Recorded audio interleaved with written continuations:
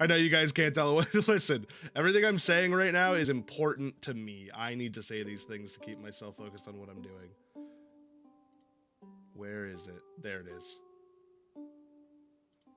Yes! Okay, there we go. And then I gotta type this in, select that, done.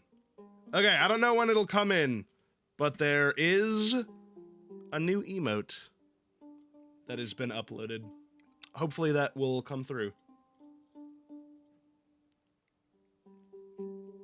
I will be dead silent while you read. Okay, good. You better be. All right, let's get the reading begun then.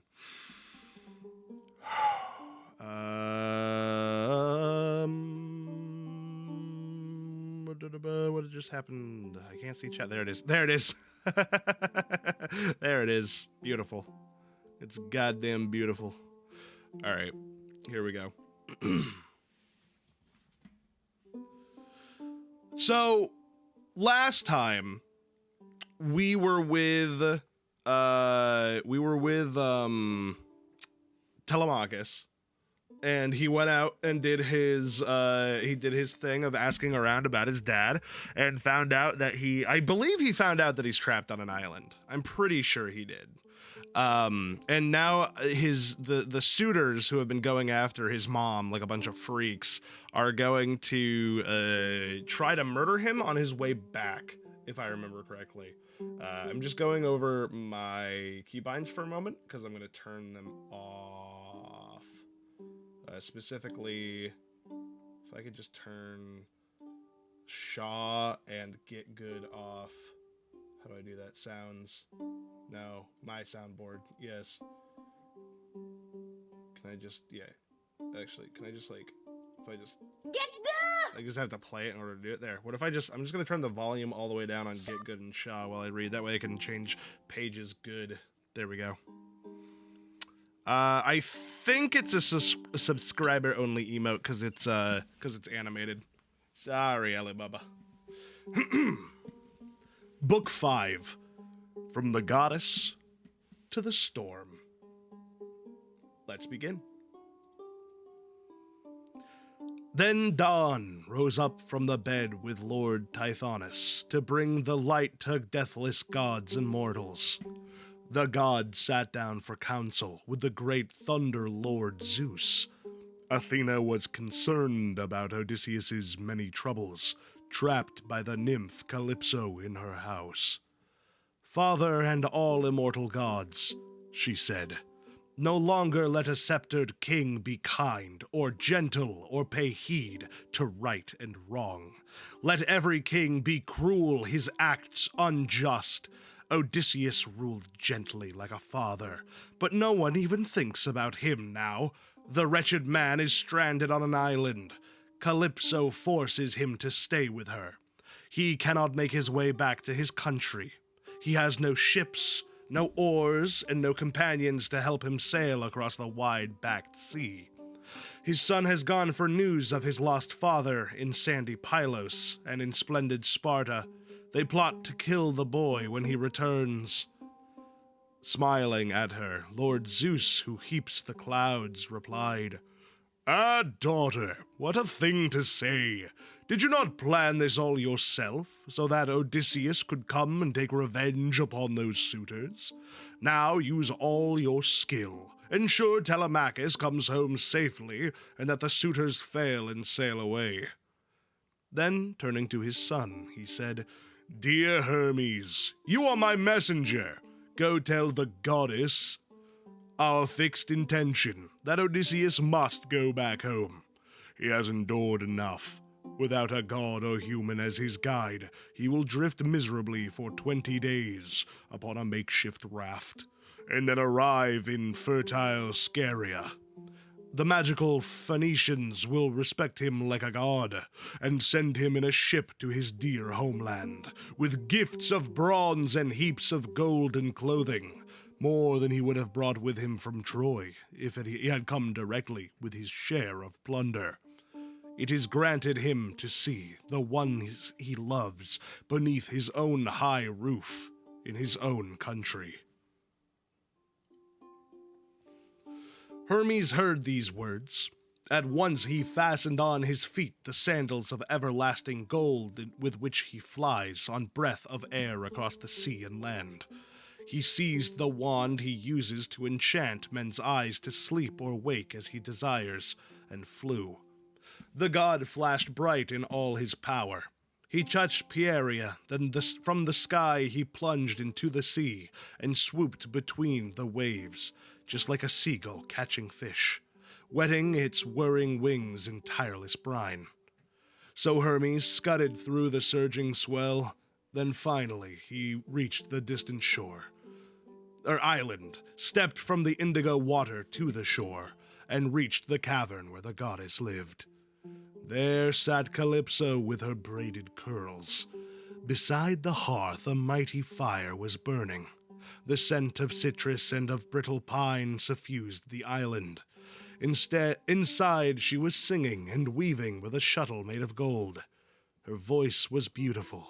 Around the cave a luscious forest flourished, alder, poplar, and scented cypress. It was full of wings, birds nested there but hunted out at sea. The owls, the hawks, the gulls with gaping beaks. A ripe and luscious vine hung thick with grapes was stretched to coil around her cave.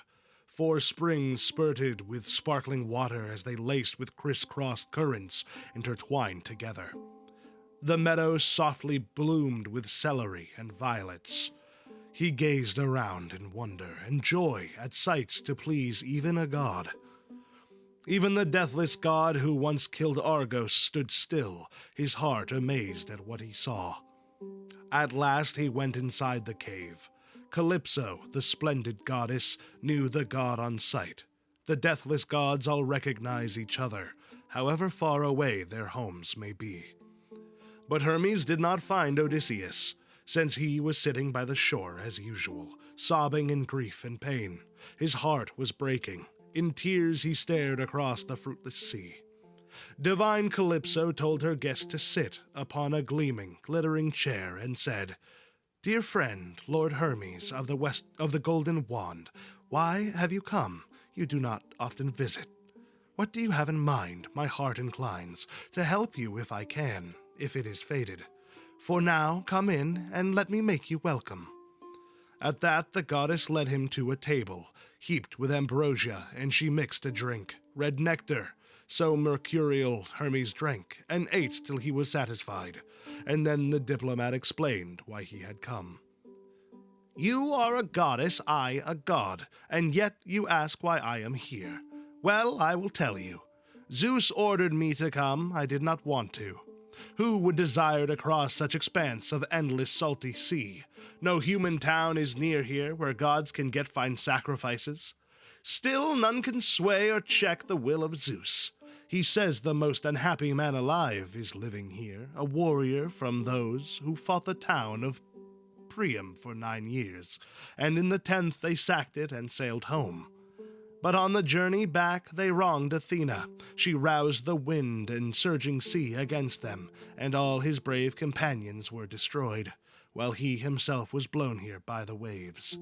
Zeus orders you to send him on his way at once, since it is not his destiny to die here far from those he loves. It is his fate to see his family and come back home to his own native land." Calypso shuddered and let fly at him.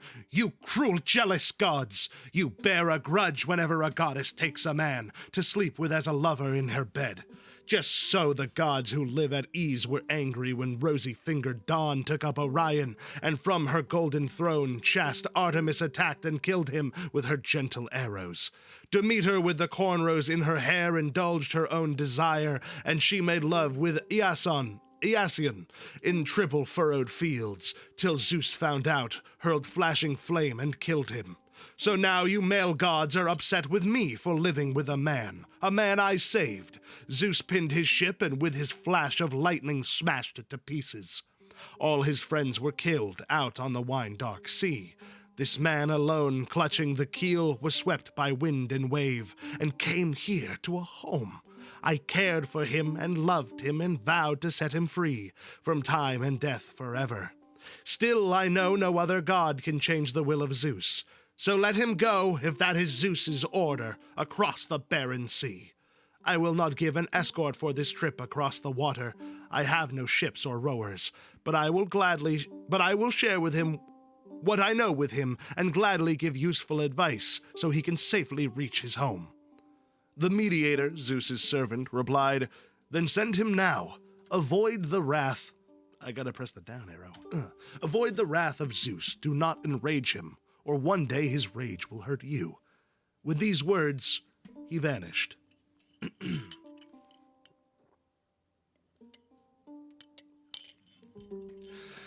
Acknowledging the edict sent from Zeus, the goddess went to find Odysseus. She found him on the shore. His eyes were always tearful. He wept sweet life away in longing to go back home, since she no longer pleased him. He had no choice. He spent his nights with her inside her hollow cave, not wanting her, though still she wanted him. By day he sat out on the rocky beach, in tears and grief, staring in heartbreak at the fruitless sea. The goddess stood by him and said, "Poor man, stop grieving, please. You need not waste your life. I am quite ready now to send you off. Using your sword of bronze, cut trunks and build a raft. Fix decks across, and let it take you across the misty sea. I will provide water, red wine, and food to stop you starving, and I will give you clothes and send a wind to blow you safely home. If this is what those sky gods want, they are more powerful than me. They get their way." Odysseus, informed by many years of pain and loss, shuddered and let the words fly out at her. "Goddess, if you have some other scheme in mind, not my safe passage. Oh, you have some other scheme in mind, not my safe passage. You are telling me to cross this vast and terrifying gulf in just a raft, when even stable schooners sped by the winds from Zeus would not succeed. No, goddess, I will not get on a raft unless you swear to me a mighty oath that you are not planning yet for more pain for me." At that, divine Calypso smiled at him. She reached out and caressed him with her hand, saying, "You scallywag, what you have said shows that you understand how these things work. But by this earth and by sky above and by the waters of the Styx below, which is the strongest oath for blessed gods, I swear I will not plot more pain for you. I have plans for you as I would do for my own self, if I were in your place. I am not made of iron, no, my heart is kind and decent, and I pity you." And with those words the goddess quickly turned and led the way. He followed in her footsteps. They reached the cave together, man and goddess. The chair that Hermes had been sitting on was empty now. Odysseus sat there. The goddess gave him human food and drink. She sat and faced godlike Odysseus, while slave girls brought her nectar and ambrosia. They reached to take the good things set before them, and satisfied their hunger and their thirst. The goddess queen began. "Odysseus, son of Laertes, blessed by Zeus, your plans are always changing. Do you really want to go back to that home you love so much? Well then, goodbye.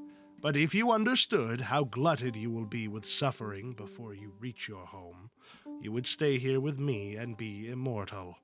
Though you might still wish to see that wife you always pine for. And anyway, I know my body is better than hers is. I'm taller, too. Mortals can never rival the immortals in beauty." So Odysseus, with tact, said, "Do not be enraged at me, great goddess. You are quite right. I know my modest wife Penelope could never match your beauty. She is a human. You are deathless, ageless. But even so, I want to go back home. And every day I hope that day will come. If some god strikes me on the wine-dark sea, I will endure it. By now I am used to suffering. I have gone through so much at sea and in war. Let this come too." The sun went down and brought the darkness on. They went inside the hollow cave and took the pleasure of their love, held close together. When vernal dawn first touched the sky with flowers, they rose and dressed.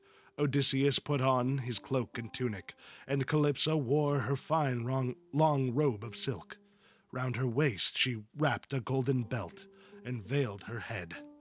Then she prepared the journey for the man. She gave him an axe that fitted his grip, its handle made of finest olive wood. Its huge bronze blade was sharp on either side. She also gave a polished adze. I think I know what an adze is, but I can't quite remember. I think I know it's a tool. She led him out to the island's end, where tall trees grew, black poplar, alder, fir that touched the sky. Good for a nimble boat of seasoned timber. When she had shown him where the tall trees grew, Calypso, queen of goddesses, went home. Odysseus began to make good progress. With his bronze axe, he cut down 20 trunks, polished them skillfully, and planed them straight. Calypso brought a gimlet, and he drilled through every plank and fitted them together, fixing it firm with pegs and fastenings, as wide as when a man who knows his trade marks out the carving hull to fit a ship. So wide Odysseus marked out his raft. He notched the side decks to the close-set frame and fixed long planks along the ribs to finish. He set a mast inside and joined to it a yard arm and a rudder to steer straight.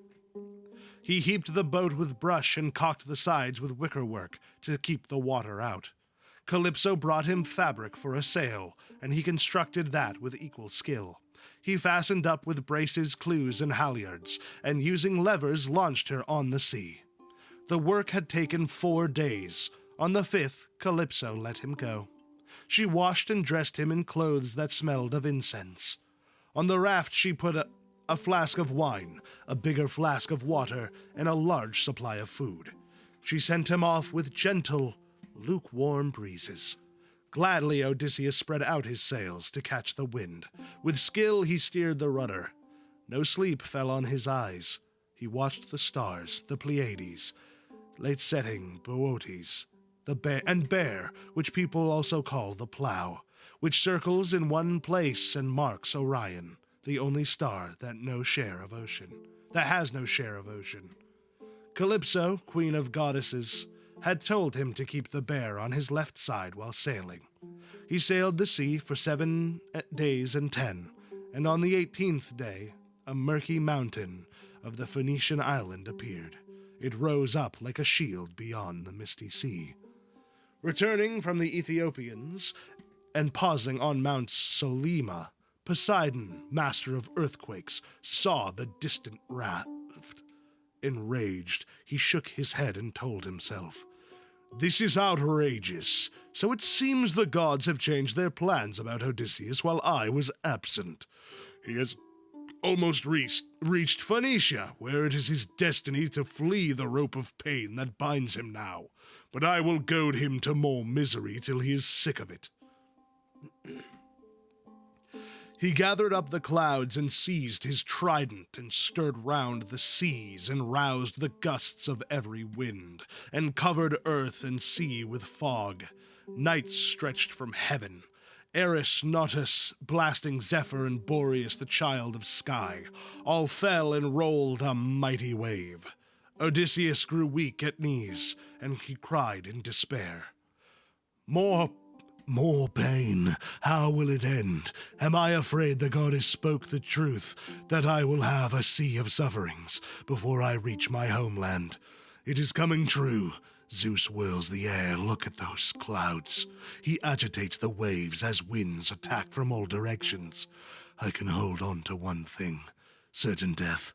Those Greeks were lucky 3 and 4 times over, who died upon the plain of Troy to help the son of Atreus. I wish I had died the same day the mass of Trojans hurled their bronze-tipped spears at me around the corpse of Peleus' son. I would have had a funeral and honor from the Greeks, but now I have to die this cruel death. A wave crashed onto him and overturned the raft, and he fell out. The rudder slipped out of his hands. The winds blew all directions, and one enormous gust snapped off the mast. The sail and yard arm drifted out to sea. Then for a long time crashing waves kept him submerged. He could not reach the surface. The clothes Calypso gave him weighed him down. At last he rose and spat the sour salt water out of his mouth. It gushed forth in a torrent. Despite his pain and weakness, he remembered his raft and lunged to get it through the waves. He climbed on top of it and clung to life. The great waves carried it this way and that, and when the thistles, clumping close together, are borne across the prairie by the north wind, so these winds swept the raft across the sea. The south wind hurls it, then the north wind grabs it, then east wind yields and lets the west wind drive it. But stepping softly, Ino, the white goddess, Cadmus's child, once human-voiced, now honored with the gods' in salty depths, noticed that he was suffering and lost, with pity. Like a gull with wings outstretched, she rose up from the sea, sat on the raft, and said, "Poor man, why does enraged Poseidon create an Odyssey of pain for you? But his hostility will not destroy you. You seem intelligent. Do as I say. Strip off your clothes and leave the raft behind for winds to take away. With just your arms swim to Phaeacia. Was I saying Phoenicia? Phaeacia. Fate decrees that there you will survive. Here, take my scarf and tie it under your chest. With this immortal veil you need not be afraid of death or danger. But when you reach dry earth, untie the scarf and throw it out to sea, away from land, and turn away." With that, the goddess gave it and plunged back down inside the surging sea, just like a gull. The black wave covered her. The hero who had suffered so much danger was troubled and confused. He asked himself, "Some deity has said to leave the raft. But what if gods are weaving tricks again?" Oh, this is him talking. "Some deity has said to leave the raft, but what if gods are weaving tricks again? I will not trust her yet with my own eyes. I saw the land she said I should escape to, and it is far away. I will do this. As long as these wood timbers hold together, I will hang on, however hard it is. But when waves have smashed my raft to pieces, then I will have no choice, and I will swim." While he was thinking of this, the lord of earthquakes, Poseidon, roused a huge and dreadful wave that arced above his head and hurled it at him. As when a fierce wind ruffles up a heap of dry wheat chaff, it scatters here and there. So were the raft's long timbers flung apart. He climbed astride a plank and rode along as if on horseback. He took off his clothes that Calypso had given him, but he tied the scarf around his chest and dove into the sea, spreading his arms to swim. The Lord of Earthquakes saw him and nodded, muttering, "At last you are in pain. Go drift across the sea till you meet people blessed by Zeus, the Sky Lord. But even then I think you will not lack for suffering." He spurred his fine-maned horses and went to Agae, where he had his home. Athena, child of Zeus, devised a plan. She blocked the path of all other winds, told them to cease and made them go to sleep, but roused swift Boreas and smoothed the waves in front of him, so that Odysseus could reach Phaeacia and escape from death. 2 days and nights he drifted on the waves. Each moment he expected he would die. But then the dawn with dazzling braids brought day. For the third time the wind died down. No breeze, but total calm. As he was lifted up by the enormous wave, he scanned round and saw the shore nearby. As when a father lies sick and weak for many days, tormented by some cruel spirit, till at last the gods restored him back to life. His children feel great joy. Odysseus felt the same joy when he saw land. He swam and longed to set his feet on earth, but when he was in earshot he heard the boom of surf against the rocks.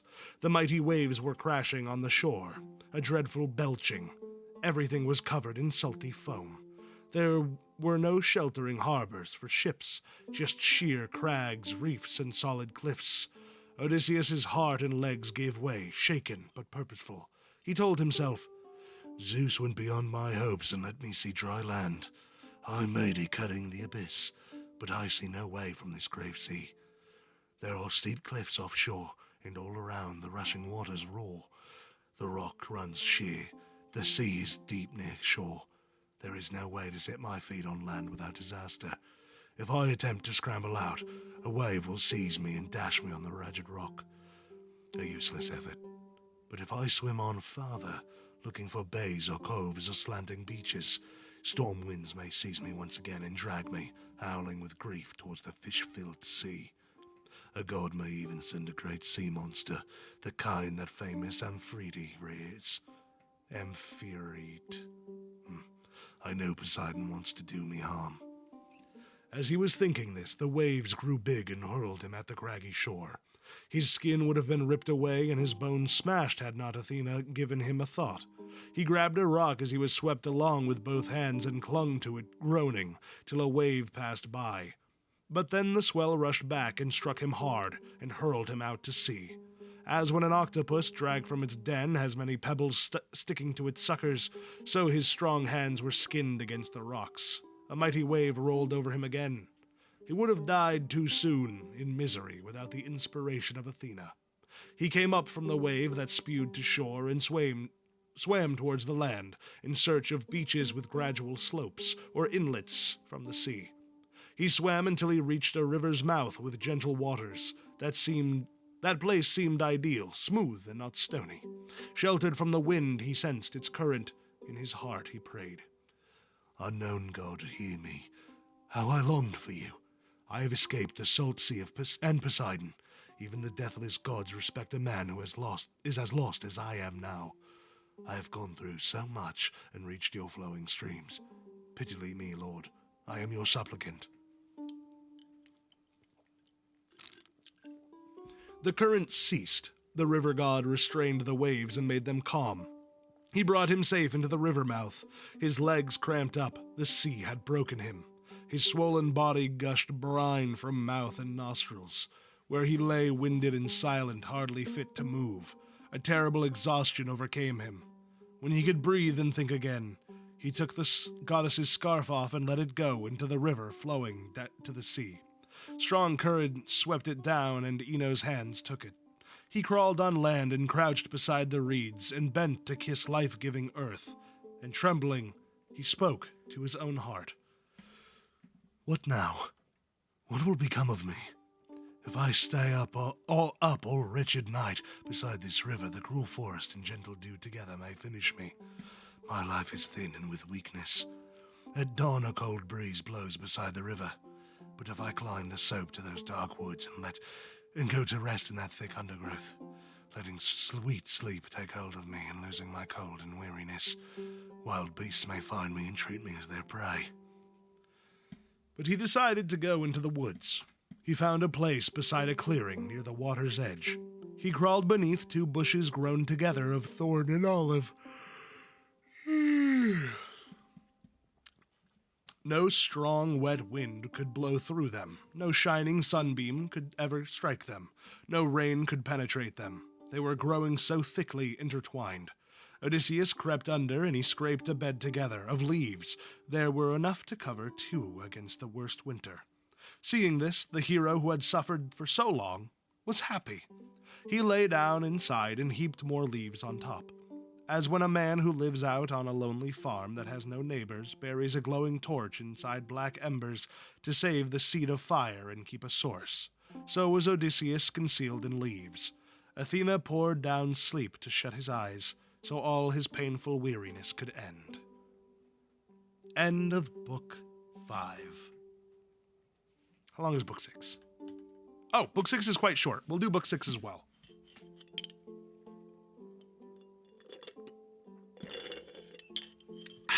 Had to finish off my seltzer. Well done. Thank you, Tarmac, and welcome to the stream. Hope you're doing well today. Tarmac, you're going to kind of be main mod with Avery today. Sammy is unfortunately out at the hospital today, not feeling very well, so we will probably not be seeing him. So wish him a little bit of luck in his medical endeavors, as I will be doing as stream goes on, thinking about him. So, yeah, let's get back into it. Squump. Oh, Sammy died? No, I hope not. I think it's just more of his usual situations, unfortunately. But he did say that he wasn't going to be here today, which is not super often. Book 6, A Princess and Her Laundry. Odysseus had suffered. In exhaustion from all his long ordeals, the hero slept. Meanwhile, Athena went to the Phaeacians. This people used to live in Hyperia, a land of dancing. But their mighty neighbors, the Cyclops, kept looting them. Or Cyclopes, maybe? It's Cyclops with an E. And they could not hold out. Their king, Nausithous, brought them to Scheria, a distant place, and built a wall around the town and homes and temples to the gods and plots of land. He went to Hades, then Alcinous, who had God-given wisdom, came to power. Bright-eyed Athena traveled to his palace to help Odysseus's journey home. She went inside the decorated bedroom where the young princess Nausicaa was sleeping, as lovely as a goddess. Slaves were sleeping outside her doorway, one on either side, 2 charming girls with all of Grace's gifts. The shining doors were shut, but like the wind the goddess reached the bed of Nausicaa, disguised as her best friend, a girl her age, the daughter of the famous sailor Demas. Sharp-eyed Athena said, "Oh, Nausicaa, so lazy. But your mother should have taught you. Your clothes are lying there in dirty heaps, though you will soon be married, and you need a pretty dress to wear and clothes to give to all your bridesmaids. That impresses people and makes the parents happy. When day comes, we have to do the laundry. I will come and help you, so the work will be done. Surely you will not long remain unmarried. The best young men here in your native land already want to court you. So at dawn, go ask your father for the cart with mules to carry dresses, scarves, and sheets. You should ride there, not walk. The washing pools are far from town." The goddess looked into her eyes, then went back to Olympus, which they say is where the gods will have their home forever. The place is neither shaken by the wind, or wet with rain, or blanketed by snow. A cloudless sky is spread above the mountain, white radiance all around. The blessed gods live there in happiness forevermore. Then dawn came from her lovely throne and woke the girl. She was amazed, remembering her dream, and in a fine dress went to tell her parents, whom she found inside the hall. Her mother sat beside the hearth and spun sea-purpled yarn, her house girls all around her. Her father was just heading out to council with his renowned advisors, since his people had called him to a meeting. She stood near him and said, "Dear Daddy, please would you set up the wagon with the big smooth wheels for me, so I can take my fine clothes to the river to wash them?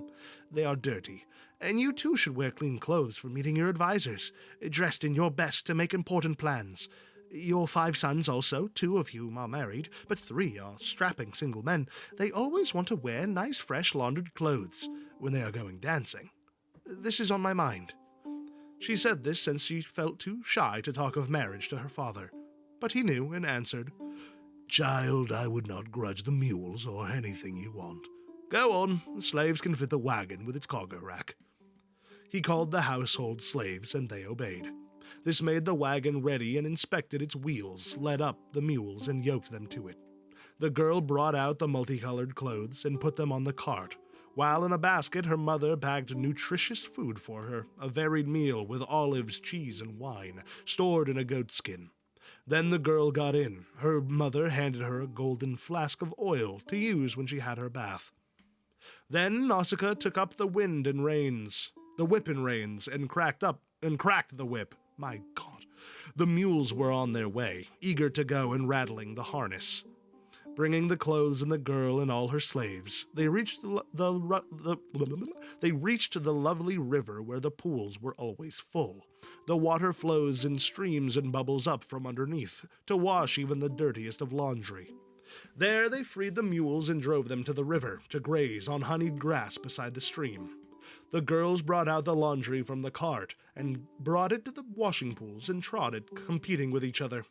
When the dirt was gone, they spread the clothes along the shore, where the sea salt washes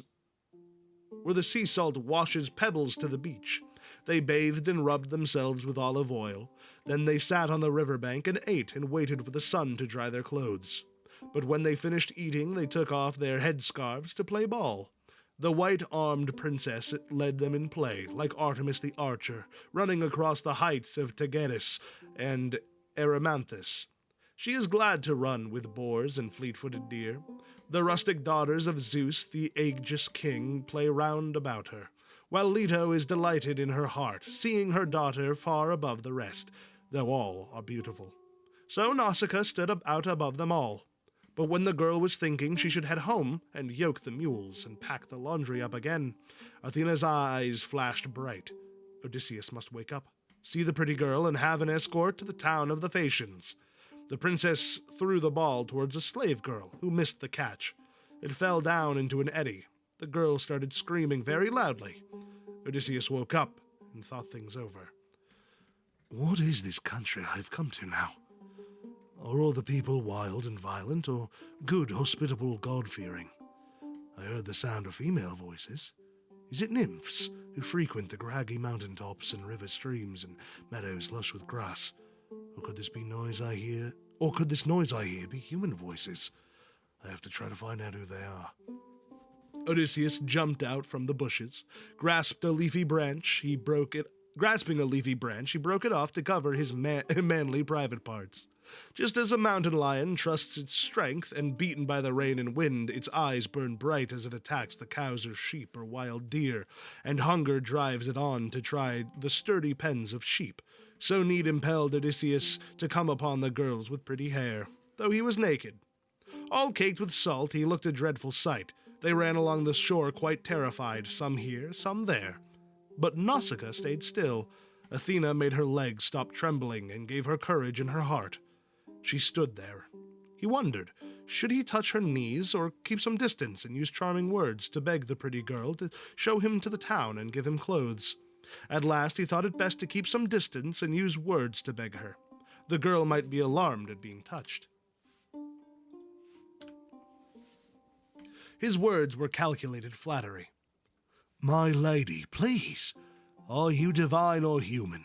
If you are some great goddess from the sky, you look like Zeus's daughter Artemis. You are as tall and beautiful as she. But if you live on earth and are a human, your mother and father must be lucky. Your brothers also, lucky 3 times over. Their hearts must be delighted seeing you, their flourishing new sprout, the dancer's leader. And that man will be the luckiest by far who takes you home with dowry as his bride. I have seen no one like you. Never. No one. My eyes are dazzled when I look at you. I traveled once to Delos on my way to war and suffering. My troops marched with me. Beside Apollo's altar sprang a sapling, a fresh young palm. I gazed at it and marveled. Never saw so magical a tree. My lady, you transfix me the same way. I am in awe of you, afraid to touch your knees. But I am desperate. I came from Ogygia. Ogygia, maybe. And for 20 days storm winds and waves were driving me, adrift until yesterday some god washed me up right here. Perhaps to meet more suffering.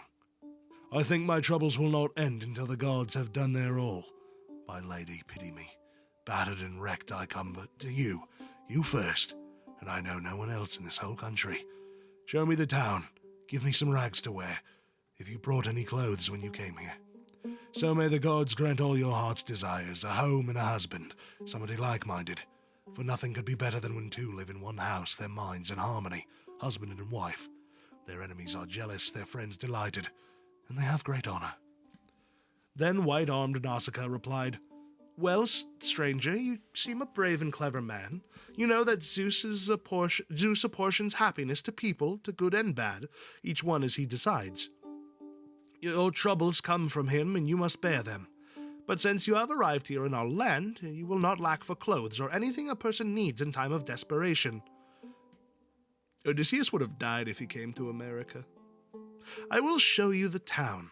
The people here are called Phaeacians, and I am the daughter of the great king Alcinous, on whom depends the strength and power of our people. And then she called her slaves with braided hair. Wait, girls, why are you running from this man? Do you believe he is an enemy? No living person ever born would come to our Phaeacia with a hostile mind, since we are most beloved by the gods. Our island is remote, washed round by sea. We have no human contact. But this man is lost, poor thing. We must look after him. All foreigners and beggars come from Zeus, and any act of kindness is a blessing. So give the stranger food and drink and wash him down in the river, sheltered from the wind." They stopped and egged each other to take Odysseus to shelter, as the princess, the daughter of Alcinous, had told them. They gave him clothes, a tunic, and a cloak, and the olive oil in the golden flask, and led him down to wash beside the river. Odysseus politely said, "Now, girls, wait at a distance here so I can wash my grimy back and rub myself with oil.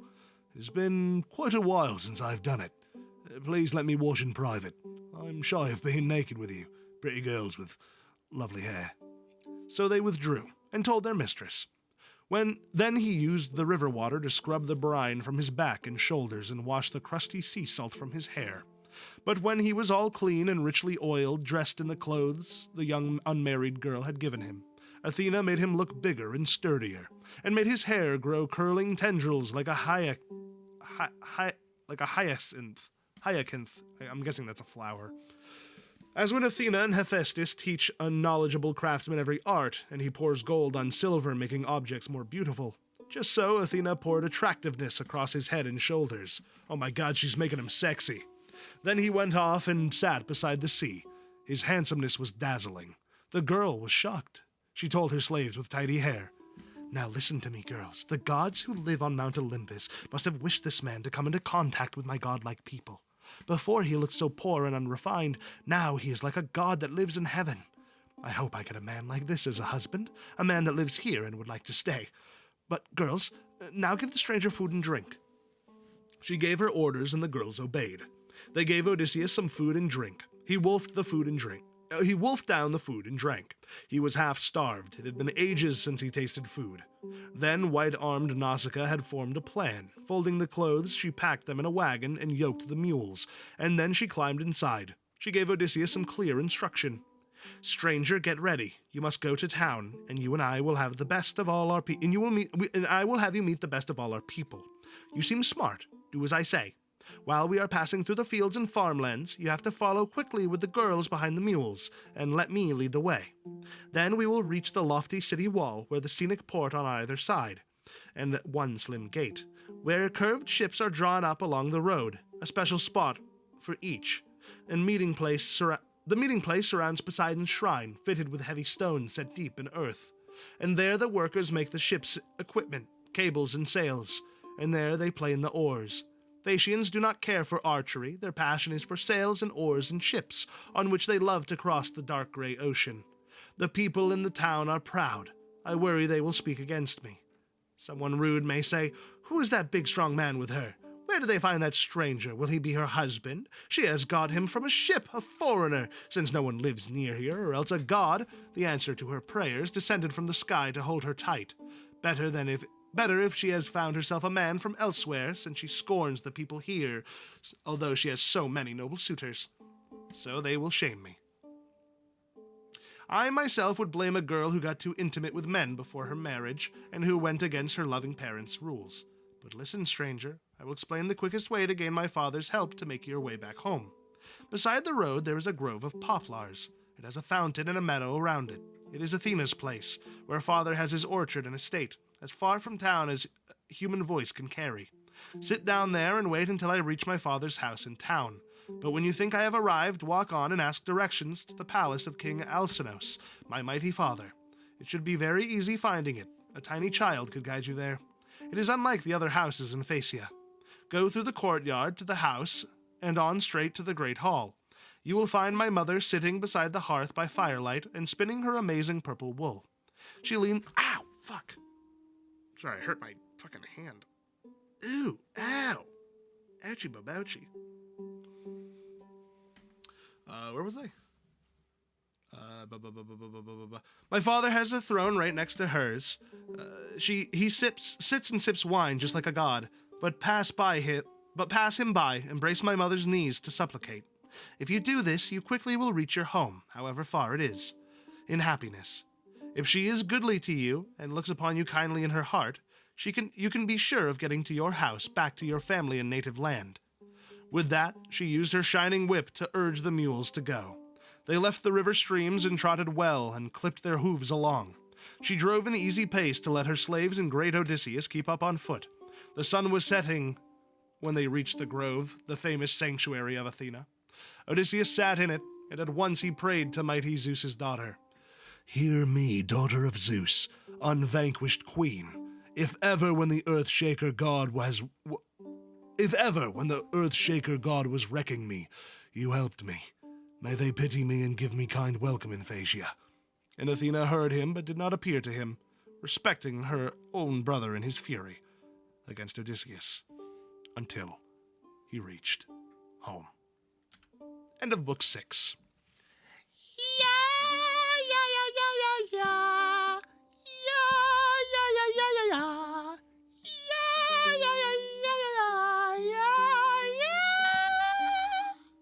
We did it.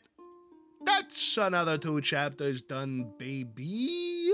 Let's go. Whoa. All right, everybody, say goodbye to 2D Cal.